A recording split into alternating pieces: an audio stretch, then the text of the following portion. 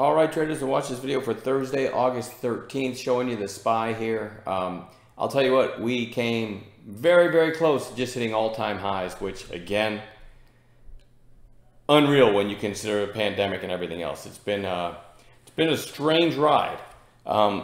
Today, I got to give props to Jane. For those of you that didn't show up to chat, call of the day right here, IGC. We had it on the gap playlist, right? Yeah, about 8-10 minutes in, she called an opening range breakout idea. I had also called an inside fives, but I was a little bit late calling that. These are 2-minute candles, so you can't see the inside five setup. But anyway, Jane's idea, opening range breakout just over this 112. And my goodness, hang on. From that, it went to 267, and actually in after hours, I'm not sure where this thing went, over 350 maybe? Unbelievable. But what a great call by Jane. I didn't trade that well today. I actually ended up, well, correct me if I'm wrong, I actually ended up hitting my daily goal, but I don't feel like I deserved it. You know, you ever feel like that? You know, I left, again, almost a car on the table with this IGC. Heck, I probably did leave a new car on the table. And I dumped it real quick after the opening range breakout. For no other reason than I had already made a bad trade, and then that trade got me back to green on the day, and I wanted to lock it in. Now that is as unprofessional, as amateurish as you can get, and it just goes to show that after doing this all these years, I still do stupid stuff. And I think it's kind of had me in a bad mood the rest of the day. Which brings me to this, I was telling my wife earlier, the thing about trading that a lot of people don't realize, and I say this often, but I think it's worth repeating because I know a lot of people deal with the same emotions. And I think maybe it's important to just hear it, right, from other traders.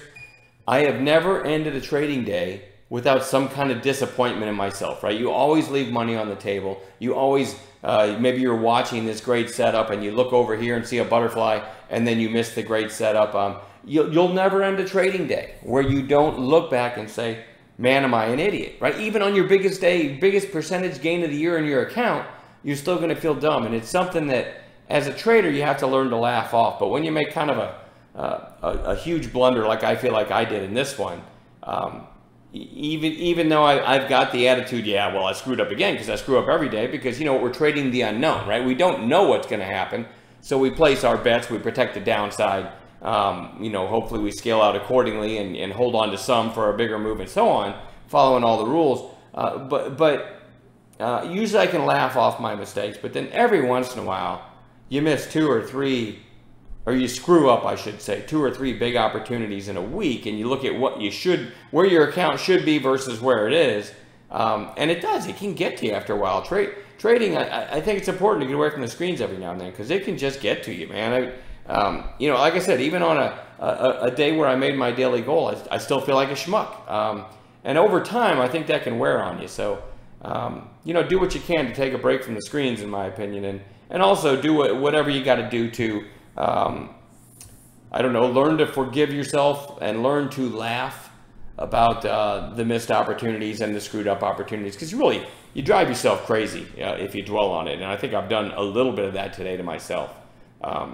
All right, anyway, I'm going to go into the watch list for tomorrow. And IGC is going to be on watch, but I don't think it should be because of the massive move it made and then the after hours move it made. It's probably much better to be watching from the short side than the long side. I don't short, but I'll still have it on watch and see if it gives some kind of opportunity. I'll just be shocked. Now, a week from now, if that thing can pull in, I'd be super interested in it again. But anyway, we'll see what happens. TIGR, really nice rip today and a pretty strong close. So I want to keep my eyes on that one tomorrow. OPTT, certainly ahead of itself, but a big breakout today. And again, kind of like IGC, maybe we get some kind of small gap down in an opening range breakout or something. So I'm going to have that one on watch.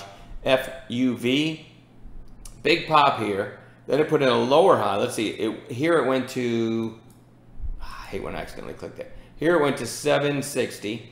Then yesterday it went to 732, and then today it went to 718. So can't help but like it over 718, knowing that we've got this 732 just above and then this 760 just above. We call that stat catalyst. Certainly worth watching. I want to say I saw somebody say that they report. I think it's next week. So maybe we get a pre-earnings rip. Who knows? RNET, kind of a handsome chart here. You got a high, lower high, and then kind of a tight inside day. So really like that one on the long side. DRAD at this pop here, kind of this tight little 2-day flag. CVGI, it's kind of the same thing, right? PVAC, big move today for this one. It doesn't look like a big candle, but it went from 1253 to 1471 intraday. That's a big move. So I feel like it's a little ahead of itself. It was interesting to me because the 200-day, let me try to see if I can figure out. It's not on that chart. Bear with me one sec. 200 days at like 1515 is what it looks like. Bear with me. So, you know, this one might make a move at the 200-day. We'll see if we get a clean setup in it. ACER, nice pop about 4 sessions ago, and then it's really kind of coiling here. So this one's a tight wedge pattern. We're looking for a break to the upside. SYPR. I typed that wrong. SYPR. All right, there we go.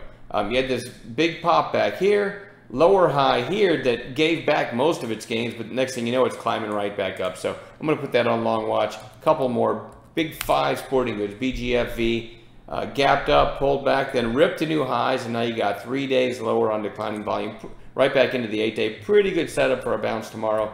And then RVLV is a gap play because in after hours, it's trading at 23.20 and actually went up over 24. So potential gap play set up tomorrow. We'll see if it sets up after the open. I'm going to leave it at that. I'm mentally exhausted. I will see y'all in chat room in the morning.